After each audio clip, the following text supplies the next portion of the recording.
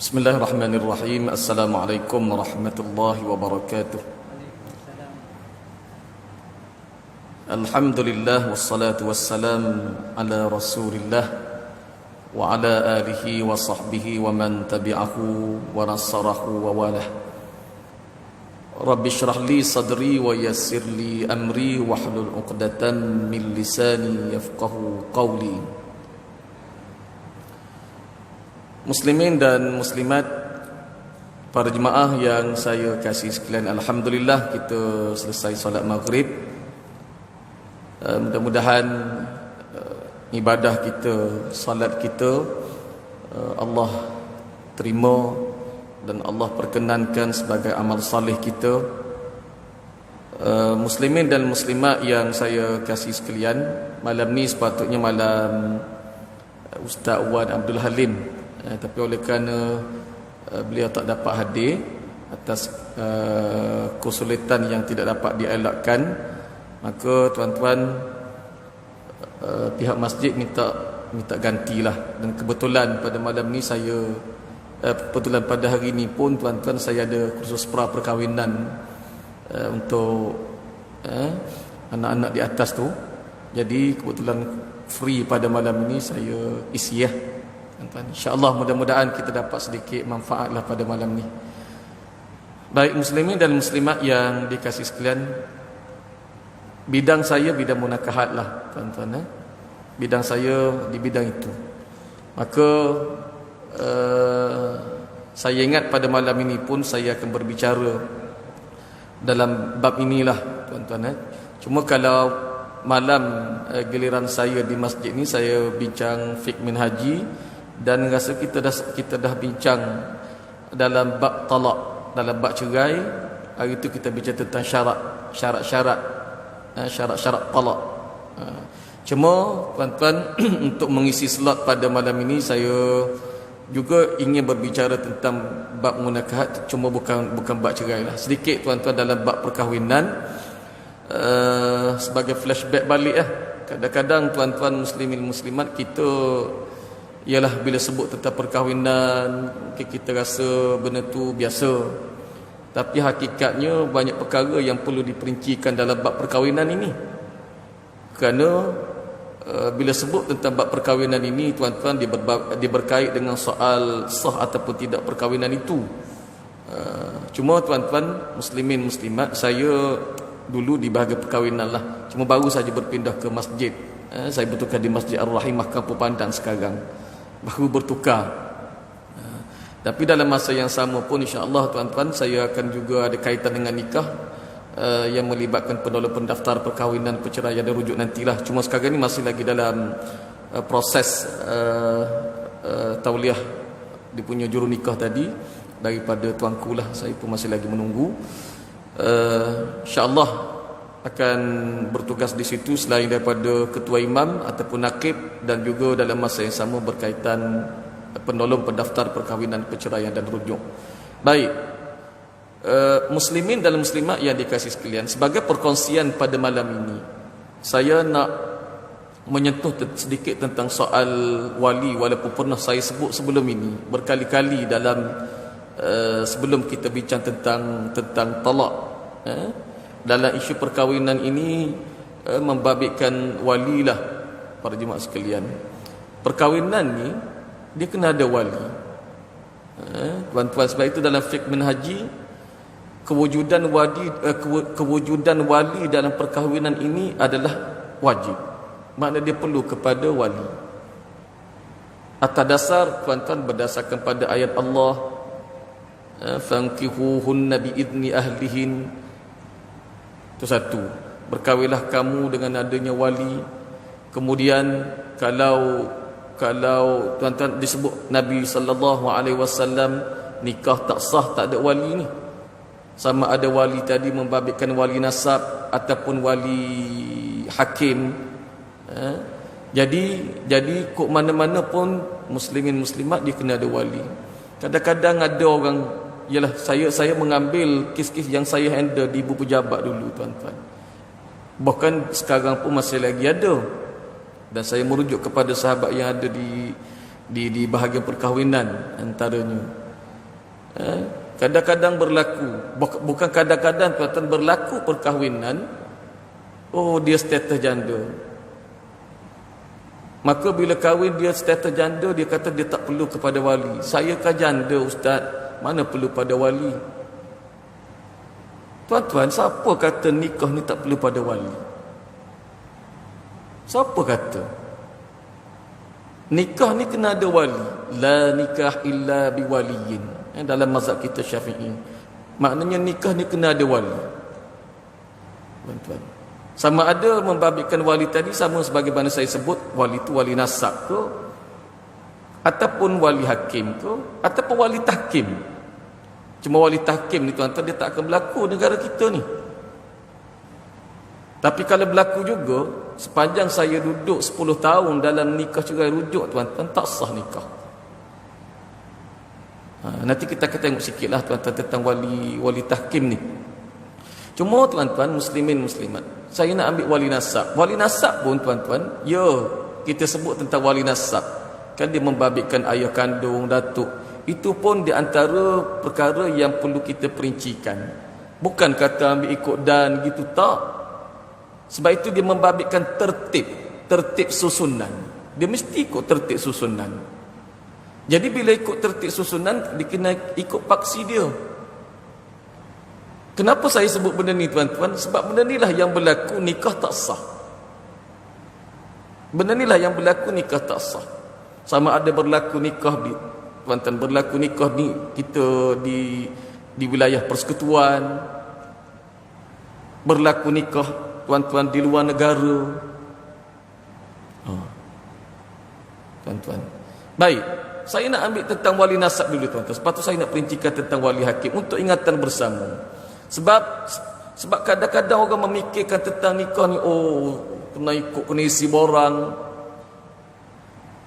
payahnya. Tuan-tuan, semua tu tadi dia melibatkan maslahah. Sebab tu prosedur perkahwinan ni ada kita bina. Dan saya terlibat direct tuan-tuan dalam bab ni. Sebab kita, tujuan apa? Sebab kita nak jaga maslahah kebaikan. Adakah kita buat ikut kepala otak kita, jom kita buat? Tak tuan-tuan. Kan kalau kita tengok dalam bab tuan-tuan, dalam bab kita ambil satu tuan-tuan, dalam maqasid syar'iyah, tujuan-tujuan syarak ni salah satu.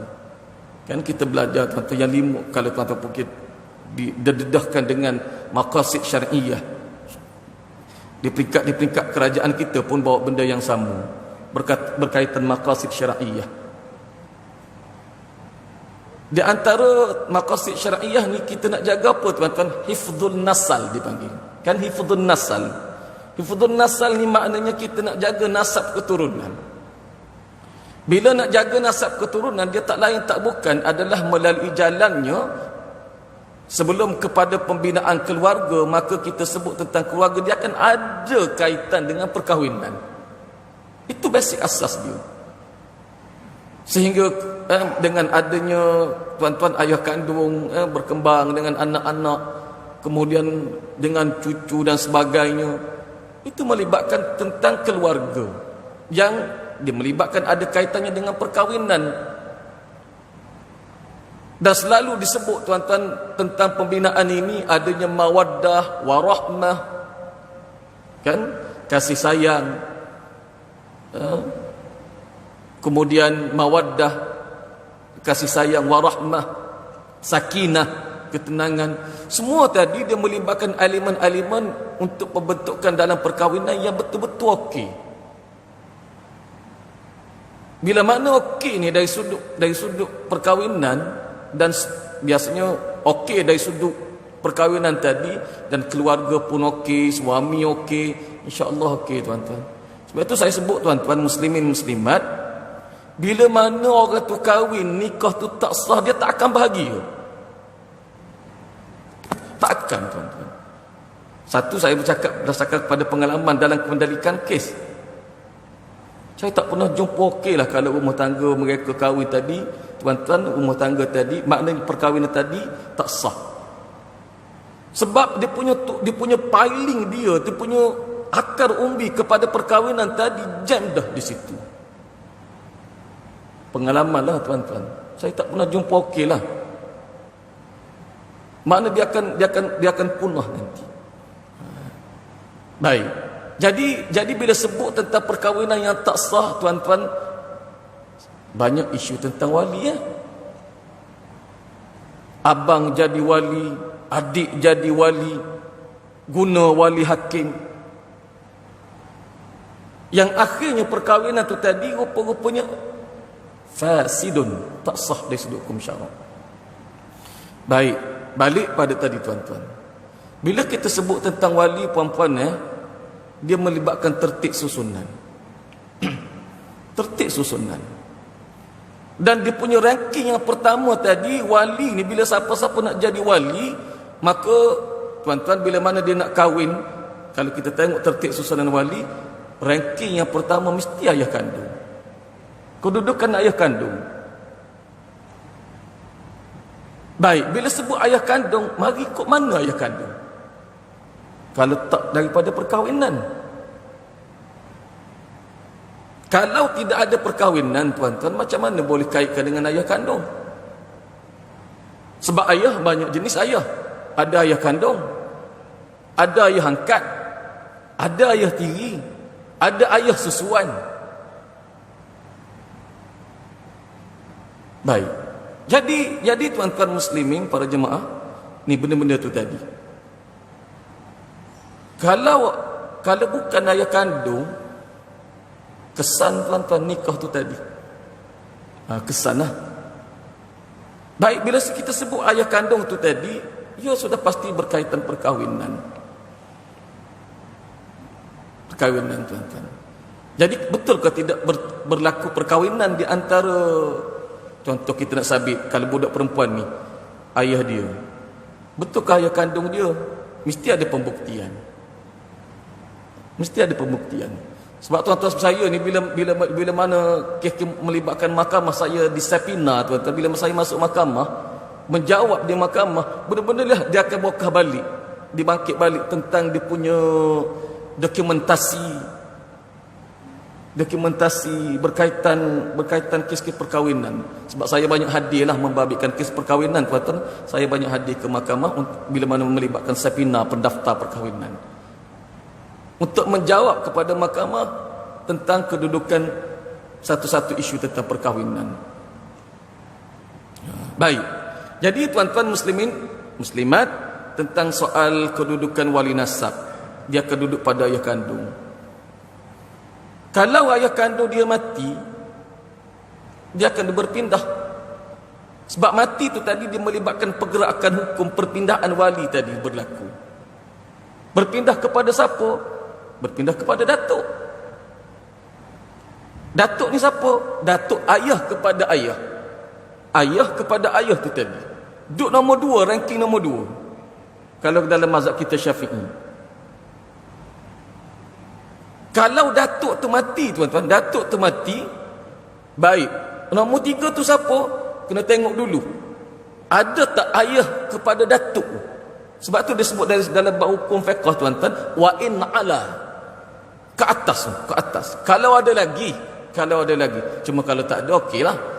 Kalau ada lagi, wa in ala, ke atas tu, itu ayah kepada ayah kepada datuk tadi, ada tak? Kalau dia masih lagi ada, dia.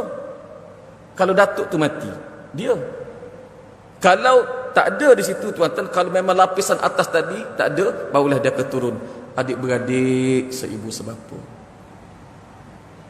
Adik-beradik seibu sebapa. Tuan-tuan, ada orang tanya, ustaz, seorang perempuan dia nak kahwin, hak lain memang tak ada dah ustaz, cuma dia ada anak lelaki, boleh tak anak lelaki jadi wali pada ibu dia? Tuan-tuan, si ibu ni hak lain dah tak ada dah, dia adalah anak lelaki. Ibu nak kahwin, bolehkah ibu tu jadi wali kepada anak dia?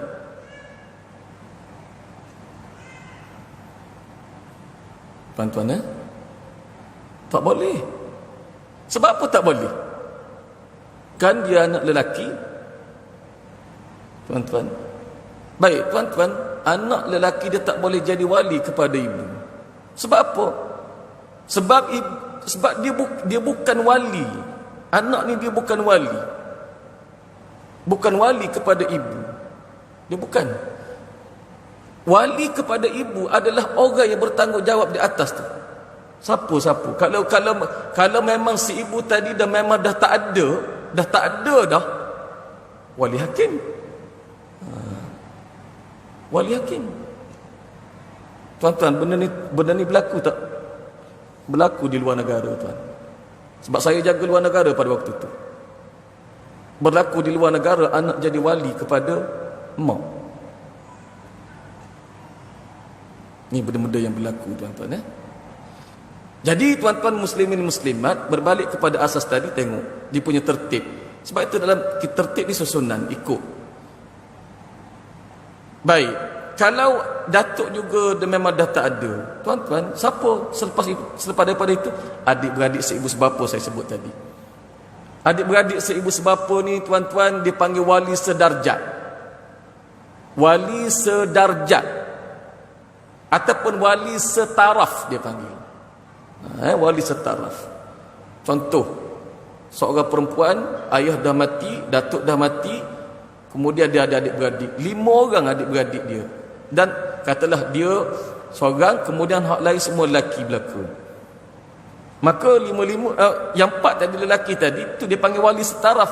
Bila sebut wali setaraf, tuan-tuan, katalah dia ada abang sulung, abang nombor 2, katalah dia anak yang last, bonsu. Dia 5 beradik sebagai contoh.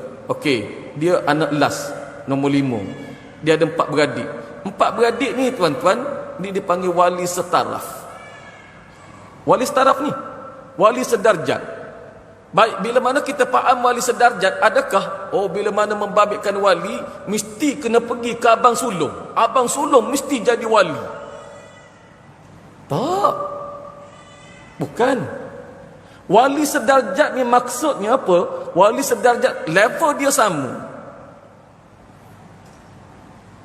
Bila dalam situasi tadi dia sama levelnya, tuan-tuan, macam mana nak pilih?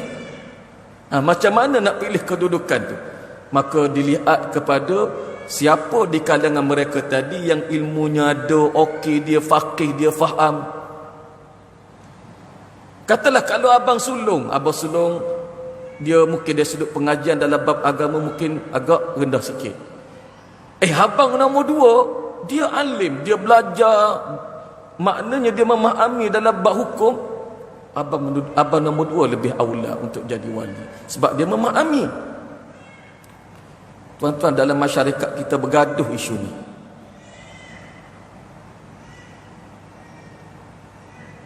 Kata abang sulung, kena ikut saya abang sulung.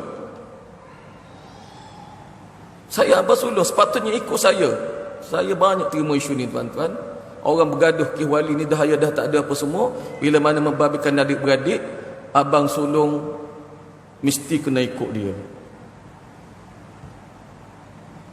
Mesti kena ikut dia. Akhirnya berkecai silaturahim dalam rumah tangga. Tuan-tuan, kita perlu mengingati dalam bab saya sebut silaturahim ni sangat-sangat penting silaturahim. Sebab silaturahim ni, tuan-tuan, kalau sebagaimana disebut oleh imam kita, Imam Nawawi, oleh Imam Al-Qurtubi, tuan-tuan, dia silaturahim ni kalau kita hancur di situ, tuan-tuan, Nabi sebut tak akan masuk syurga orang yang putus silaturahim. Tambah-tambah lagi putus silaturahim dengan sebab nak nikah tu tadi. Sepatutnya kita boleh settle bila mana kita faham agama, okey lah. Tapi oleh kerana memahami dalam bab agama tadi kurang, akhirnya berkecai dalam rumah tangga, berkecai dia punya keluarga tadi, menyebabkan adik-beradik tak tegur siapa. Tuan-tuan, putus silaturahim ni, kalau kita tengok pandangan ulama, tuan-tuan, bila sebut silaturahim, dia melibatkan, tuan-tuan, orang yang akrab dengan kita, adik-beradik, pak saudara, benda-benda gitulah, tuan-tuan, nak cerita. Sebab itu benda besar silaturahim. Tak akan masuk syurga orang yang memutuskan silaturahim, apatah lagi dengan adik-beradik, dengan sebab perkahwinan. Sepatutnya, tuan-tuan, kita memahami. Okey, balik pada tadi, tuan-tuan, tengok Bila wali sedarjat ni, bila wali sedarjat bermakna dia level je sama. Maka ukuran kok mana kita nak ambil dia, tengok yang mana lebih faqih dalam bab hukum. Walaupun dia abang sulung, tapi abang nombor 2 tadi faqih, abang nombor 2 lebih aula untuk jadi wali. Kalau bukan abang nombor 2, abang nombor 3, itu pun sama. Itu dipanggil dalam tertib susunan wali. Lepas tu ustaz, kalau tak ambil, kalau ambil abang nombor 2, sepatutnya kena ambil abang nombor 1. Bukan tuan-tuan, dia bukan gitu dalam bab kedudukan wali setaraf ataupun wali sedarjat. Baik, kalau tak ada tu tuan-tuan, kalau tak ada lagi adik-beradik seibu sebapa tak ada, tengok lagi siapa dia, adik-beradik sebapa, kan?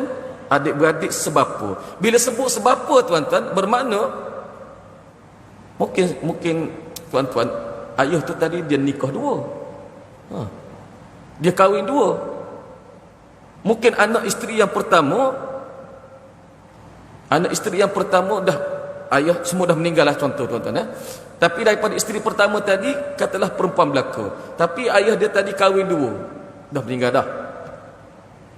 Kemudian daripada anak isteri yang tuan-tuan, isteri pertama anak perempuan, anak kedua, isteri kedua tu tadi, katalah ada anak lelaki, anak lelaki ni jadi wali kepada adik ni, itu dipanggil wali sebapa, adik-beradik sebapa. Adik-beradik sebapa. Turun lagi, tak ada lagi tuan-tuan, katalah adik-beradik tak ada seibu sebapa, cuma ada yang lelaki tadi tapi dah mati lah. Okey, adik-beradik sebapa pun tak ada dah, semua mati belaka dah. Tuan-tuan, anak saudara, dia punya anak saudara tu tadi, anak saudara lelaki seibu sebapa, walaupun abang dia dah mati, tapi dia ada anak tadi adalah anak yang dia dah akil baligh tuan-tuan, umur 21, 22 contohlah tuan-tuan, bermakna, ataupun umur 15 tahun dia dah akil baligh. Makna di situ tuan-tuan, bermakna dia anak saudara dengan bapa saudara, mana lebih besar? Anak saudara dulu. Macam kita tuan-tuan, sebab benda ni berlaku tuan-tuan, dia ada anak saudara umur baru 17 tahun, kita pak saudara, kita mengaji, kita ada, mungkin kita ada, cuma kita tak dalam bab fiqh, dalam fiqh munakahat, biar pak cik jadi wali, sedangkan yang nak kahwin tadi dia masih lagi ada adik dia, masih lagi ada anak saudara dia, makna anak kepada abang dia. Sebab dia punya tertib susunan. Sebab pak saudara ni tuan-tuan, saya ingat dalam tertib susunan wali, dia ranking nombor 9. Ranking nombor 9. Maknanya dia ke bawah lagi, makna begitu. Cuma kalau tanya, wali tak ustaz? Ya, dia wali. Dia masih lagi, dia punya wali. Cuma tertib tadi, maknanya mendahulukan di antara perkara tuan-tuan yang penting tu tadi. Sebab itu tuan-tuan, kita melihat, dalam bab fiqh, dalam bab munakahat, dalam tertib susunan wali, dia akan melihat mana yang dahulu, mana yang kemudian. Dia sudut awlawiyatnya. Cuma kalau dah tak ada tuan-tuan, memang dah tak ada, barulah dia akan berpindah kepada wali hakim.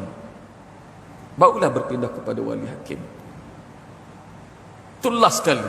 Sebab itu ending wali hakim ni last sekali. Itu semuanya memang dah tak ada dah. Dan bila sebut wali hakim ni, bermakna kita faham, orang perempuan ni bila mana nak kahwin, walaupun dah tak ada semua tadi, tuan-tuan, perlu juga pada wali. Siapa? Wali hakim. Tuan-tuan, di situ. Baik, sebelum saya pindah kepada wali hakim ni tuan-tuan, tuan-tuan muslimin, para jemaah sekalian, pun saya jumpa kes membabitkan tuan-tuan, masih lagi ada wali nasab, tapi dia tu udarat kepada wali hakim.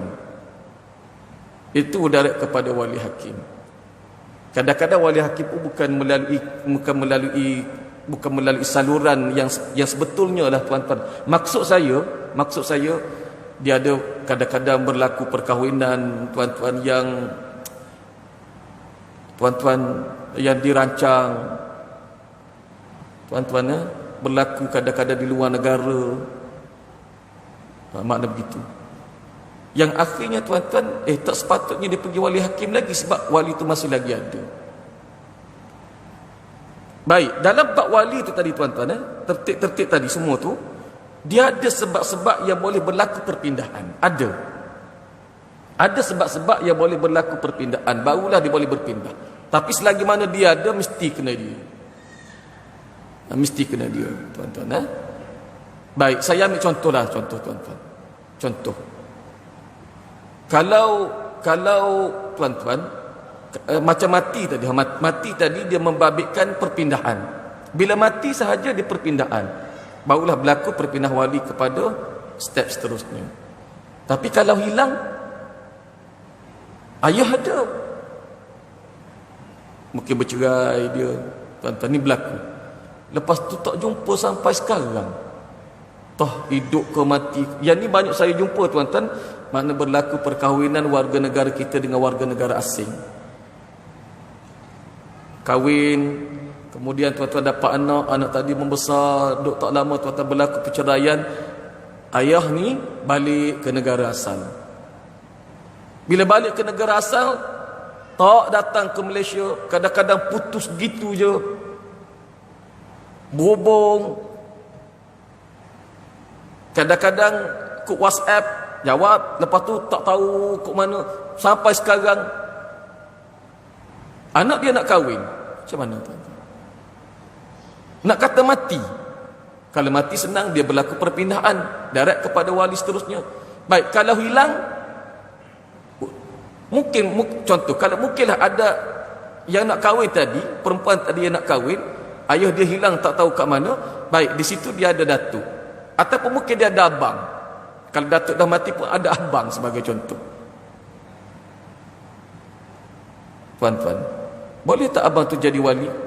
Kalau ikut jalan mudah, dah hilang tak tahu kat mana, ambil abang ada. Boleh ke tak boleh? Tak boleh. Sebab bila mana hilang ni, dia akan berpindah kepada wali hakim, sebab dia termasuk dalam bab wali ghaib. Sebab tu tuan-tuan akan jumpa orang ni cari wali dalam keratan akhbar, Metro ke, Sinar ke, dia akan ada carian. Kalau hilang memang tak jumpa tuan-tuan, tak ada masalah. Wali hakim tuan-tuan. Tapi kalau ada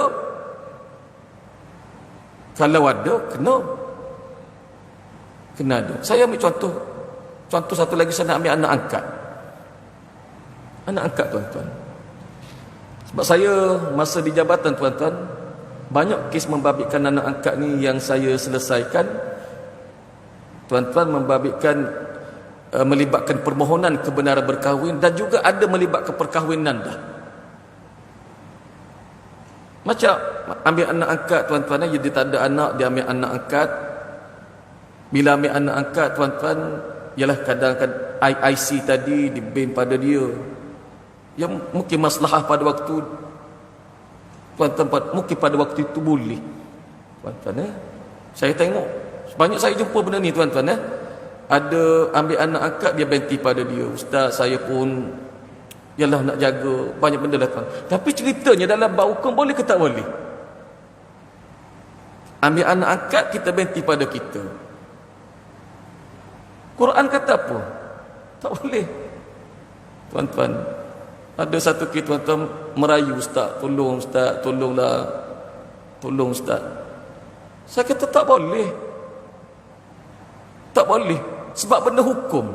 Sebab ada satu kes tuan-tuan, dia ambil anak angkat, dia tak bagi tahulah status, sebab ialah IC tadi dibenti pada dia, ada anak tadi membesar dah tuan-tuan, dan anak nak kahwin.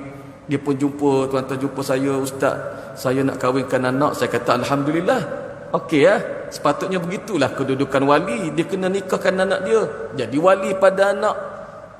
Cuma satu ustaz, anak saya ni anak angkat. Saya kata, oh, anak saya ustaz, saya dah dari sudut IC-nya memang saya dah tukar dah awal-awal dulu memang binti saya. Cuma ustaz, saya nak merayu pada ustaz, boleh tak ustaz silent cerita ni, jangan bagi tahu dia saya nak jadi wali. Saya kata, la haula wala quwata illa billah. Mana boleh? Kalaulah saya pun terikut sama, tak apa beres. Jawab saya di hari akhirat nanti.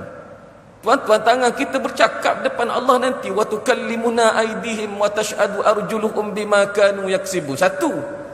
Akhirat tak lepas. Kemudian yang keduanya, tuan-tuan, benda salah. Tuan-tuan, tolong ustaz keluar air mata dia. Saya kata tak boleh. Ustaz, anak saya tak tahu. Baik, bila situasi ginilah, kata tuan kena slow talk dengan anak sudah sampai masuk untuk bagi tahu perkara sebenar. Nak tak nak pun kena bagi tahu perkara sebenar. Jangan silent benda ni. Sebab kalau sebab sebelum tu tuan-tuan, saya dah ada satu kes lah yang membabitkan perkahwinan ayah angkat jadi wali pada anak angkat pada waktu itu. Dan perkahwinan tadi tak sah nikah. Dan perkahwinan tadi tak sah nikah sebab dia bukan ayah kandung kan. Itu saya guide balik bila mana dia jumpa. Ni yang jumpa saya tuan-tuan. Saya kata tak boleh. Sampai dah satu saat ketika ni, tuan kena bercerita pada anak. Ustaz, patut perasaan dia macam mana? Saya tak nafikan perasaan kadang-kadang tu ada. Tapi yakinlah, saya cukup yakin bila mana kita duduk di posisi qulil haqq walau kana murran, walaupun pahit kita nak sebut tuan-tuan, mengalir air mata sedih, tuan-tuan, saya cukup yakin bila mana kita cerita sebenar, kita buat perkara yang sebenar, kita akan rasa lapang dada. Tapi bila mana kita tutup cerita itu, tuan-tuan, tidak akan ada kebahagiaan, tidak akan ada ketenangan dalam jiwa sebab kita menutup perkara hukum yang sebenar. Sebab itu tuan-tuan muslimin, para jemaah sekalian, macam isu anak angkat tadi saya sebut. Dan anak angkat ni ada yang dia ambil darat daripada hospital tuan-tuan, dan saya tengok ada yang melibatkan akta pengangkatan anak, dah ada sijil anak angkat. Alhamdulillah, okey, itu satu. Cuma ada juga yang ambil anak angkat dia tak ada dokumen pun. Ini melibatkan peringkat dulu-dulu tuan-tuan, melibatkan peringkat dulu-dulu. Cuma yang pentingnya tuan-tuan, andailah kata kita ambil anak angkat, memang ustaz saya ambil daripada hospital, kemudian tak tahu cumalah adalah sijil anak angkat, okey fine. Saya tak tahu dia punya kedudukan latar belakang keluarga anak ni berada di mana, ayah kandung saya tak tahu. Tuan-tuan jangan risau tuan-tuan. Permohonan wali hakim insya-Allah dari sudut urusan tadi tuan-tuan, kalau setakat pengamatan saya di wilayah persekutuan yang sebelum ini tuan-tuan, mudahnya, makna mudah tuan-tuan.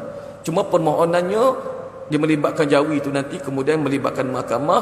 Cuma mahkamah akan tentukan masa, dia punya tarikh untuk tengok kes, kemudian kita cerita perkara sebenar. Memang tak tahu berada di mana tuan-tuan, mahkamah akan bagi perintah wali hakim, insya-Allah. Perintah wali hakim tu ada. Dan bila mana anak tadi berkahwin menggunakan wali hakim, tuan-tuan, kita akan rasa lapar dada, perkahwinan anak tadi sah dari sudut hukum syarak. Perkahwinan tadi sah hukum syarak. Cuma satu lagi tuan-tuan, yang kedudukan anak angkat, kita ambil anak angkat contoh, sebab ni biasanya diambil daripada keluarga, ambil anak abang, ambil anak bapa saudara, biasanya di kalangan keluarga lah. Kita ambil anak dan kita tahu ayah kandung dia duduk kat mana. Yang ni tuan-tuan memang kena jumpa dengan ayah kandung. Kena pergi, kena bagi tahu. Kena bagi tahu. Cuma kalaulah si ayah tadi dia tak nak jadi wali, barulah dia akan berpindah kepada wali hakim bagi kes wali enggan tadi. Tuan-tuan, baik. Ataupun kalaulah ayah dia mati tuan-tuan, kita tahu, oh ayah dia kandung dia mati, dia masih lagi tengok, kalau mati rujuk balik kepada tertib tadi, kedudukan datuk dia masih lagi ada tak, adik-beradik dia masih ada tak, makna begitu. Itu dia punya tertib susunan tu. Sebab itu dia kena cari tuan-tuan, dia perlu sarahah lah dalam bab ini, jelas. Saya cukup bimbang tuan-tuan, sebab saya duduk di posisi itu sebelum ini pun, bila mana ada sesuatu berkaitan perkahwinan tadi, bila mana disembunyikan perkara sebenar. Ni tuan-tuan, inilah yang menyebabkan berlaku perkahwinan tadi fasid. Nanti nanya anak tuan-tuan, anak kahwin, masalah nanti anak kahwin tu nanti, sebab dia tidak akan ada di situ kebahagiaan lah. Baik, muslimin muslimat yang saya kasih sekalian, berbalik kepada habis dicerita sikit wali nasab, kemudian balik membabitkan wali hakim. Wali hakim ni tuan-tuan pun banyak orang terjerat. Banyak orang terjerat dalam bab wali hakim ni. Tuan-tuan, perkahwinan berlaku, kadang-kadang yang membabitkan wali hakim tadi, siapa yang nikahkan ustaz? Kadang-kadang ada orang yang daripada macam-macam lah, daripada Thailand ada yang nikahkan, ataupun kadang-kadang ada yang mengaku tuan-tuan dia adalah wali hakim, dia uruskan. Benda-benda ni bahaya belaka ni pada perkahwinan, terutama membabitkan tuan-tuan muslimin muslimat, membabitkan perkahwinan poligami. Saya melihat, maaf saya sebut darat, sebab kadang-kadang orang nak pintas dia tak nak berlaku kan, dia tak nak masuk. Kalau sebagaimana yang saya sebut sebelum ni tuan-tuan, kalau perempuan membabitkan poligami, kalau kita di Kuala Lumpur juga negeri-negeri yang lain ni, dia permohonan poligami dia akan melibatkan mahkamah, memang dia akan masuk mahkamah, sebab dia kena dapatkan perintah. Kalau wilayah ni perintah poligami di bawah section 23, dia kena filekan dulu, makna lelaki filekan adalah tuan-tuan. Bila dapat perintah poligami, barulah perkahwinan tadi boleh diuruskan. Cuma kadang-kadang orang tak nak ambil benda ni, payah macam-macam sebagainya. Akhirnya dia mengambil jalan pintas lah. Bila mengambil jalan pintas, contoh berlaku perkahwinan di mana? Kadang-kadang berlaku perkahwinan juga di Kuala Lumpur. Hari itu tuan-tuan, sebelum saya masuk ke masjid tuan-tuan, berlaku orang Kuala Lumpur tuan-tuan, berlaku perkahwinan akad nikah lah tuan-tuan, di airport KLIA. Siapa nikahkan? Tuan-tuan, siapa nikahkan dia? Yang nikahkan dia tadi tuan-tuan, katanya syekh tuan-tuan. Jadi benda ni lah kita nak tengok tentang wali hakim ni. Siapa wali hakim? Siapa wali hakim? Wali hakim ni tuan-tuan, kalau di negara kita tuan-tuan, dia melibatkan pelantikan, tauliah tu. Sebab bila mana melibatkan pelantikan itulah dia ada apa? Kuasa wali tu. Kuasa, bila kita sebut wali pun, dia melibatkan orang yang diberi kuasa dari sudut syarak untuk mengakad nikah.